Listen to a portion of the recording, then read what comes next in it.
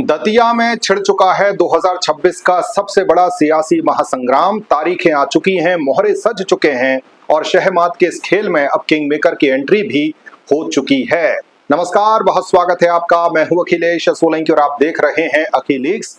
मध्य प्रदेश के दतिया विधानसभा उपचुनाव की तारीखों 30 जुलाई को मतदान और 3 अगस्त को मतगणना का ऐलान हुए अब 24 घंटे से ज्यादा का वक्त बीत चुका है और जैसा कि चुनाव आयोग के आधिकारिक दस्तावेजों से स्थिति पूरी तरह से साफ हो गई है, अब असली सियासी बिसात बिछना भी शुरू कर दी गई है। मेरे दर्शकों को अच्छी तरह से याद होगा कि अखिलीक्स ने अपने विश्लेषण में बहुत पहले ही डंके की चोट पर यह कह दिया था कि राजेंद्र भारती के डिस्क्वालिफिकेशन के बाद दतिया में उपचुनाव होना 100% तय है। और अब जब औपचारिकताएं पूरी हो चुकी हैं तो हमारा ध्यान तारीखों से आगे बढ़कर अंदर खाने की रणनीतियों पर है जो इस चुनाव की दिशा तय करने जा रही हैं।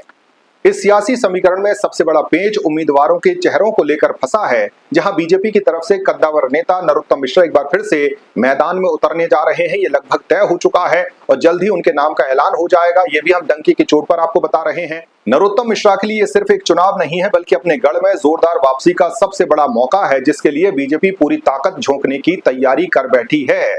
वहीं दूसरी ओर इस हाई प्रोफाइल सीट को अपने पास बरकरार रखने की जद्दोजहद में जुटी कांग्रेस के भीतर भारी कशमकश है, क्योंकि वहां टिकट के दावेदारों की एक लंबी फहरिस्त जो है वो तैयार है। अंदरूनी सूत्रों और अखिलीक्स की एक्सक्लूसिव जानकारी के मुताबिक कांग्रेस खेमे से घनश्याम सिंह, अवधेश नायक और राजेंद्र भारती के बेटे अनुज भारती फिलहाल टिकट की रेस में मजबूती से बने हुए हैं। सबका अपना अपना दावा है।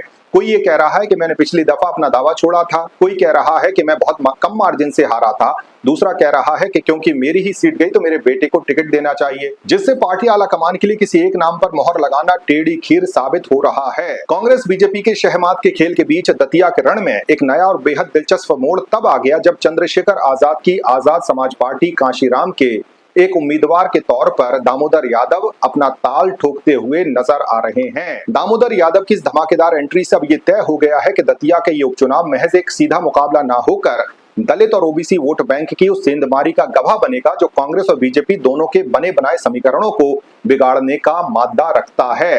ये देखना दिलचस्प होगा कि ज्यादा नुकसान किसको होगा और उम्मीद ये लग रही है कि दामोदर अगर मजबूत होते हैं तो कांग्रेस का ही परंपरागत वोट जो है उसमें डेंट करेंगे। जैसे ही 6 जुलाई से नामांकन का दौर शुरू होगा, मध्य प्रदेश की सबसे हॉट सीट पर चुनावी बिसात और भी उलझेगी और अखिलीक्स की पैनी नजर इस हाई वोल्टेज ड्रामे पर लगातार बनी रहेगी। हर पहलू जो है आप तक हम लेकर आएंगे और अगले 1 महीने तक जब तक ये वोटिंग नहीं हो जाती है तब तक दतिया के हर समीकरण, कौन आगे कौन पीछे, क्या चल रहा है, क्यों चल रहा है, उम्मीदवार अगर बन रहा है तो क्यों बन रहा है, अगर किसी को टिकट नहीं मिला है तो क्यों नहीं मिला है, ये सारी बिसात आप तक हम लेकर जाएंगे।